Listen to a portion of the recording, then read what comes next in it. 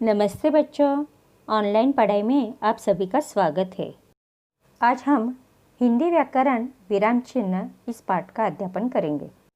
चलो तो छात्रों, हम विराम चिन्ह का अर्थ क्या होता है देखते हैं। विराम चिन्ह यानी रुकना या ठहरना। भाषा का उपयोग करते वक्त लिखित और मौखिक रूप में बीच बीच में हम कुछ समय के लिए रुकते हैं, उसे विराम कहते हैं। रुकने की क्रिया को स्पष्ट करने के लिए जिन चिन्हों का प्रयोग किया जाता है उसे विराम चिन्ह कहते हैं। देखो छात्रों, हिंदी में निम्नलिखित विराम चिन्हों का उपयोग किया जाता है। इन सभी चिन्हों को विराम चिन्ह कहते हैं।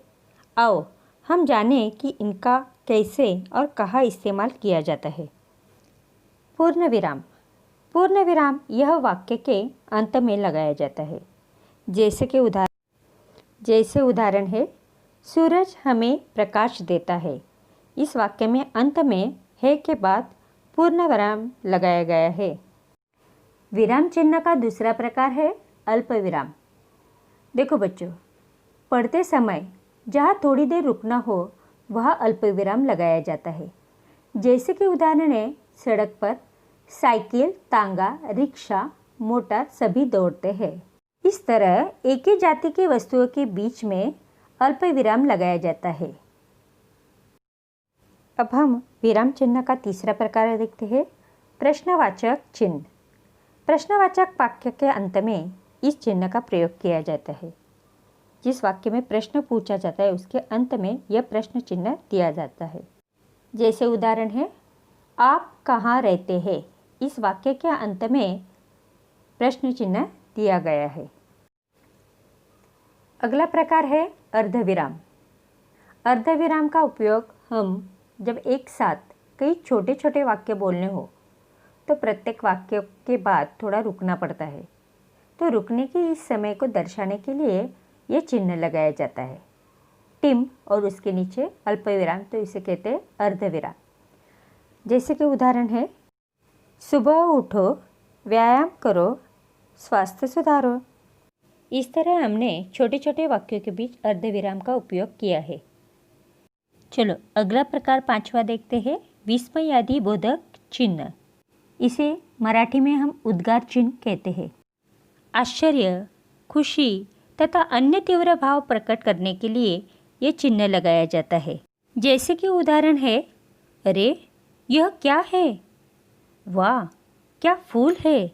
इन शब्दों के अरे और वाह के बाद विस्मयादि बोधक चिन्ह लगाया गया है।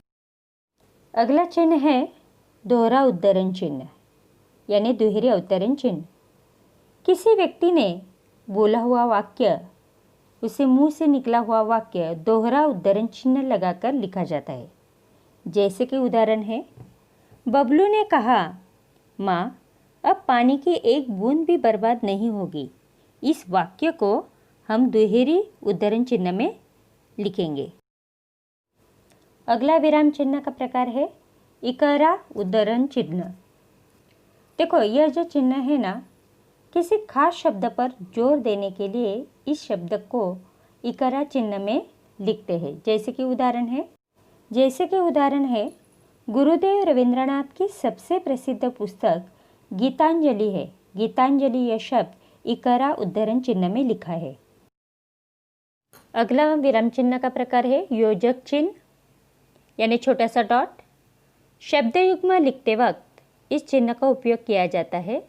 शब्द युग्म के बीच में यानी एक छोटा सा डॉट दिया जाता है। जैसे कि उदाहरण है, अड़ोस पड़ोस। अड़ोस पड़ोस के बीच में यह योजक चिन्ह दिया गया है। हंसी खुशी, इसके बीच में भी यह चिन्ह दिया गया है।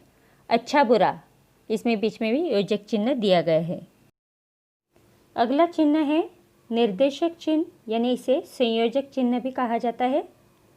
किसी के द्वारा कही हुई बात को दर्शाने के लिए यह संयोजक चिन्ह यानी निर्देशक चिन्ह दिया जाता है। या किसी शब्द को बार बार दोहराने के लिए भी इस चिन्ह का उपयोग किया जाता है। उदाहरण है, निर्देशक चिन्ह के कुछ उदाहरण इस प्रकार है। तिलक ने कहा, स्वतंत्रता हमारा जन्मसिद्ध अधिकार है। कहा था इसके बाद निर्देशक चिन्ह दिया गया है। सुभाष चंद्र ने कहा, तुम मुझे खून दो, मैं तुम्हें आज़ादी दूंगा। कहा के बाद निर्देशक चिन्ह। बार बार, दो दो, इसके बीच में भी निर्देशक चिन्ह है। सभी छात्रों को विराम चिन्ह और उसके प्रकार अभी समझ में आए होंगे। अपने कॉपी में सब प्रकार और उसके उदाहरण लिखो। धन्यवाद छात्रों।